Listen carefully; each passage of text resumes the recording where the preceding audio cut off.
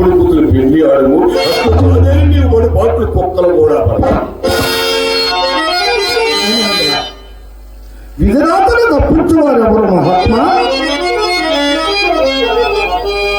కానిది కాగన్నది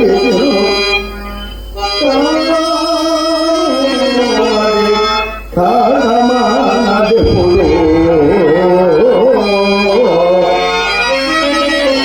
అదే దైవా